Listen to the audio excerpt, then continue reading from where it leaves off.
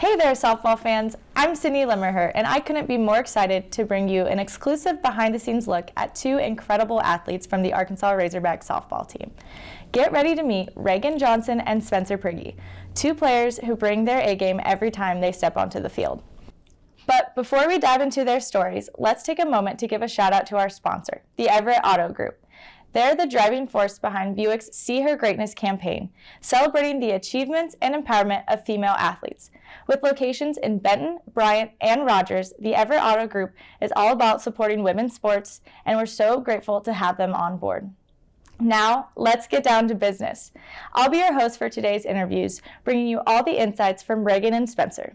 As a former Razorback gymnast, I know firsthand the dedication and hard work it takes to compete at the collegiate level. So I can't wait to hear what these two amazing athletes have to share. It's time to hear their stories and discover what makes them true champions on and off the field. All right, so could y'all start off by telling us a little bit about yourself, maybe share your background in sports, how you got into softball, and how you got to Arkansas? Either one. My name is Spencer Prigge. I'm from Arizona, and I am a junior here at University of Arkansas. I play shortstop, and growing up, I played flag football and baseball. So I was very surrounded by boys growing up, one of the only girls. And then I got recruited at a fairly young age, so I stuck with softball, and I was around 14 years old. Wow. Yeah, I can relate. Gymnastics, we recruit at like 12, so I get it, And I had two older brothers too, so I get it. What about you? My name is Reagan Johnson. I am from Carson City, Texas, and I play center field. Growing up, I pretty much played all the sports. Like, I played soccer majority of my life, and then once I got to about 12, I started playing softball, and I kind of started to get recruited at a young age, but didn't actually get recruited because of the change. So I went to this one tournament, and all the coaches kind of just like fled to me. So that's kind of when I decided softball was my sport. Yeah, it's meant to be then. So why Arkansas? Obviously, you're both not from here. The sport obviously is growing too, and Arkansas has been so dominant the past couple of years. But what brought you guys to Arkansas? For me, it was coming from a completely different climate. I really wanted trees. I really wanted trees. So I really liked Fayetteville in the sense of completely different from my hometown. And then with Arkansas itself, it was Coach Steifel's, I think it was her third year at the program, and so she really just grew this idea in my head of like what we could be and the potential, and so I really was thinking that I wanted to be a part of that whole movement. That's awesome. And she was able to do it. When I first got here, I immediately felt like the hometown feel, which I'm from a really small town, so that like really helped also. And the fact that we get all the seasons here was really nice, because Texas, it's just hot all the time. And my first conversation with the coaches, it just like immediately felt like home, and they were just like really comforting, and I was like, yeah, this is the place I want to be. Yeah, no, Coach Steifel has taken this program to new heights, so it's been really fun to watch y'all year after year. Can you guys share a pivotal moment in your career, whether it was here or before you got here, that really decided on keeping that passion going throughout your career? I would say towards the end of the year last year, when I started to get kind of recognized for the things that I was doing. One of the major moments was getting the top 10 finalists of the year. So, yeah. That's a big deal, For me, it would be my freshman year, and we had won regular season champs and SEC champs, the tournament.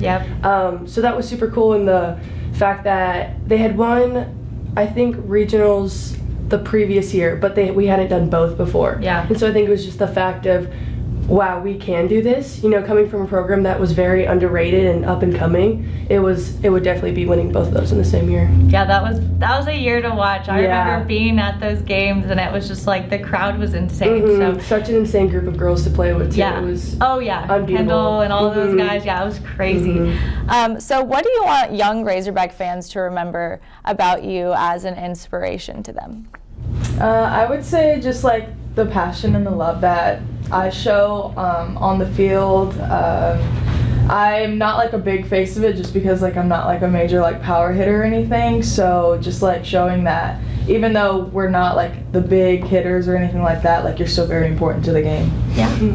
I think for me, not having as many accomplishments as Johnny over here, but just being a good person, kind of finding your way through the team and just enjoying the game, respecting the game, and just having fun with it, because we're more than our sport at the end of the day.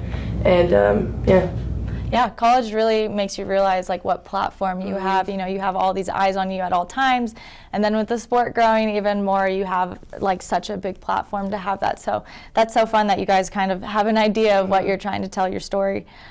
Speaking of platform, obviously women's sports on social media is a hot topic, especially, you know, with the women's Final Four and all that stuff going on. How do you think social media can be utilized to empower female athletes and continue to amplify their voice in their sports? I think social media is just a great way to get out the word for female athletics to the people who want to listen to it. Yeah. You know, I think if you want to respect the game, then you will gladly hear all of our accomplishments and truly like understand who we are and who we are as players as well. It's a great answer. Yeah. Yeah. I think it's so crazy. You know, they always like exploit all the stuff about women's sports on social, and the moment that we want to speak up for ourselves, sometimes it's not taken as well as if a male athlete did. But I love that, you know, this Final Four and the See Her Greatness campaign has really, you know, brought the more positive side and kind of allowed us to just be athletes. Like, it doesn't have to be female or male. So it's been very fun to watch that on the outside of not being an athlete. So what advice would you give to aspiring female athletes that might be discouraged by the lack of visibility of their sport? I would say, like, even though like it's like upcoming and stuff, like we are getting like less visibility than male, and like we probably always will, just because of what we are, because we're women. But I just feel like if you truly love the game, it just like it won't really affect how you feel about it. Yeah. And it doesn't really matter how much publicity we get, because it's truly about like how much you love the game and what you're doing and stuff like that. Great. I feel like softball is getting so much bigger, but it is, especially with Razorback fans, it's such a small knit group where they're always rooting for you. Yeah. Especially female athletes, I think we're getting a lot more recognition in Fayetteville, which is super amazing. So I think just truly realizing who cares about it and giving your time into them. Yeah. And Yeah, no, the fans here are special, but I feel like our fans are even more unique, where, like you said, there are those just specific softball fans. We have very specific gymnastics fans too. Like, I would know this, you know, select group that would always be there. So it was so fun. But now it's more fun because there's more people coming and that group is growing. How do you maintain your focus and stay in the right mindset, especially during challenging moments or a tough game? For me, I do this thing called centering, where it's like when I'm up to bat, I look at like a specific spot on my bat and I take a deep breath and know that I can handle anything that's thrown at me. And on the field, I just run through all the situations that could happen, obviously quickly, but, and just understand that I can handle anything that's hit at me and stuff like that, and just know that I need to just trust my preparation and that I've been in every situation that there's gonna be that's gonna happen. Yeah. For me, it's a little bit different. When I go up to bat, I don't center, but I sing a little song, just because I've played this game for so long. Where if I overthink it, then it really messes me up. And then so I kind of just have let loose a little bit, just saying, like, trusting everything that I've done and making it fun at the end of the day. And then on defense, I've been doing this thing since I was younger, and it's I do like 3 swipes and then write a P, and so it's P, my sister, my mom, my dad, and then P. So it's kind of just remembering that at the end of the day, win or lose, they're gonna love me no matter what, and so they really help me stay grounded, I guess, and just remembering that those are the people that mean most important to me. Yeah. Do you think you've found that you're having more fun as you get older and like less serious about your sport in a good way? I think being in club ball, it was so much. Being in college, and you know, you have to prep for college, and then in college, not very many people go pro. Right. And so it's kind of just 4 last years of being with your friends, and I think especially as I'm getting older, I'm a junior now, and it's kind of taking in those moments, like with Reagan Johnson, like I only have 1 more year left with her.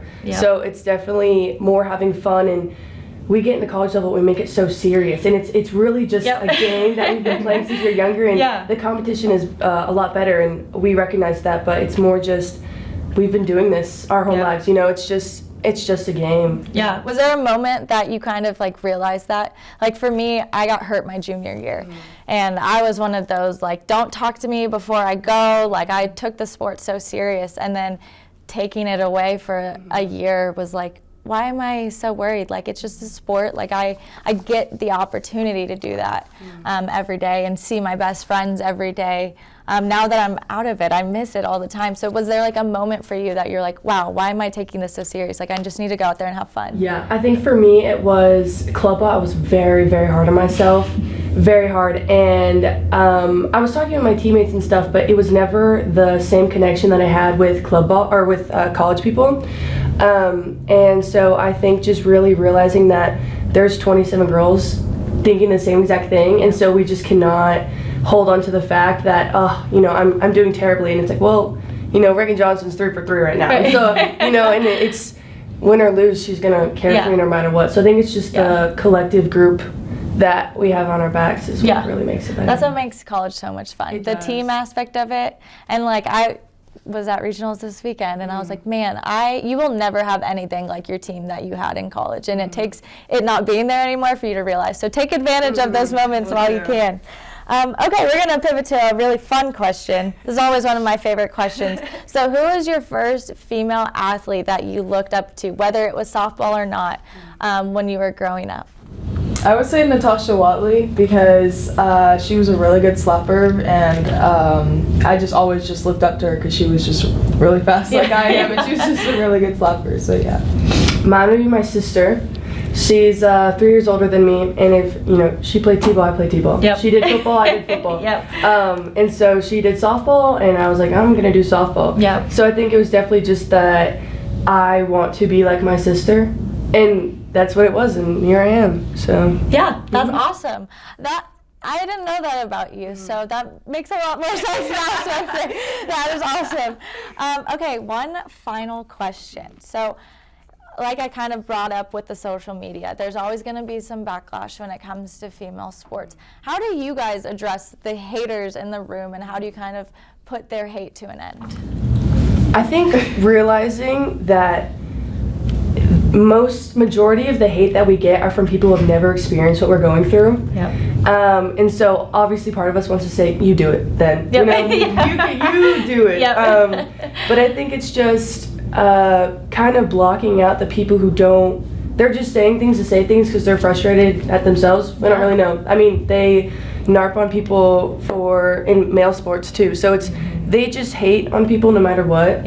And I mean, it's just what's gonna happen. It's just gonna happen eventually. It's gonna happen. I mean, like ultimately, haters gonna hate. It's just like it is what it is, and there's always gonna be those people. But like she said, you do it then. Like I don't see you doing it, and the people that have done it aren't the ones that are chirping. They're not the ones disrespecting the sport, disrespecting the players. Because they understand the struggle. They understand how hard it can be. Yeah, I'm glad you guys realize that now. It still takes a lot for me. Like I see people on Twitter, and I take offense. But you have to take that step back and be like, you go do it. I even do that for male sports as well. I'm like, you go do that. You go suit up and do that. So, well, awesome. Thank you guys. This is awesome. Thank you. Thank you. And that's a wrap for today's episode. I want to extend a massive thank you to our phenomenal female athletes who joined us today.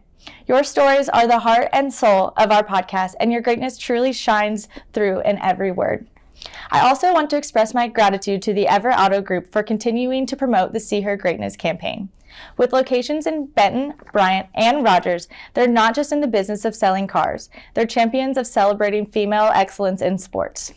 To my listeners, I can't thank you enough for tuning in and being a part of the empowering journey. Remember, you can catch up on all of our episodes and stay connected with the latest from Everett's See Her Greatness campaign by following us on social media.